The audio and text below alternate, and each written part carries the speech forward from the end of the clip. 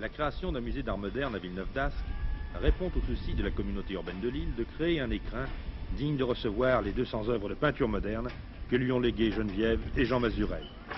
Mais le musée aura aussi pour vocation d'être un lieu d'animation artistique. On s'active sur le chantier où ouvriers, architectes et conservateurs travaillent en équipe. Si le chantier de la cousinerie n'est pas achevé encore, les œuvres sont là, une véritable page d'histoire de la peinture moderne. En voici quelques exemples significatifs.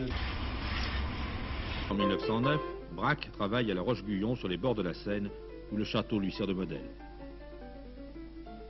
En 1910, Georges Braque peint encore quelques vues, en particulier le Sacré-Cœur de Montmartre, auprès duquel il habite.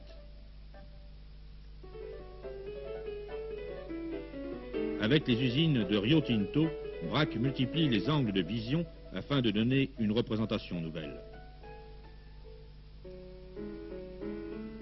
Dans l'histoire du cubisme, les papiers collés tiennent une grande place. Au lieu d'imiter la matière de l'objet, on la colle directement sur la toile. Tous les Picasso présentés dans cette exposition offrent un bel ensemble de qualités, qu'il s'agisse de bouteilles et poissons ou autres natures mortes. À la sobriété de toile comme cette tête d'homme, Picasso va dès 1913 remettre en question la façon de concevoir les rapports du sujet et de l'objet. Cela apparaît dans les instruments de musique et la tête de mort aux couleurs vives et pures.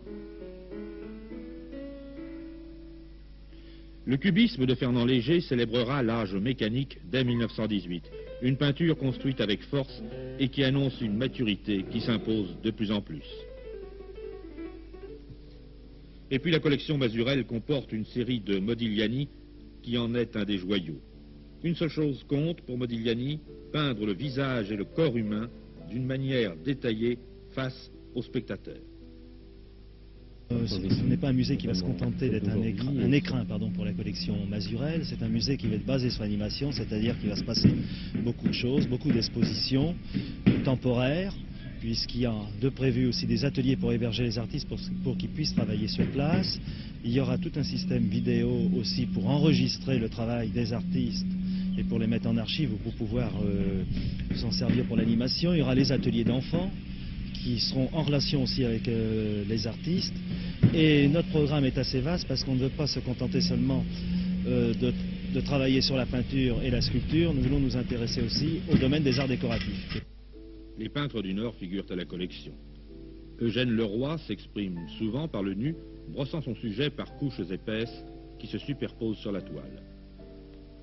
Arthur Van Eyck, au tempérament expressif et dont certains dénotent l'expressionnisme flamand.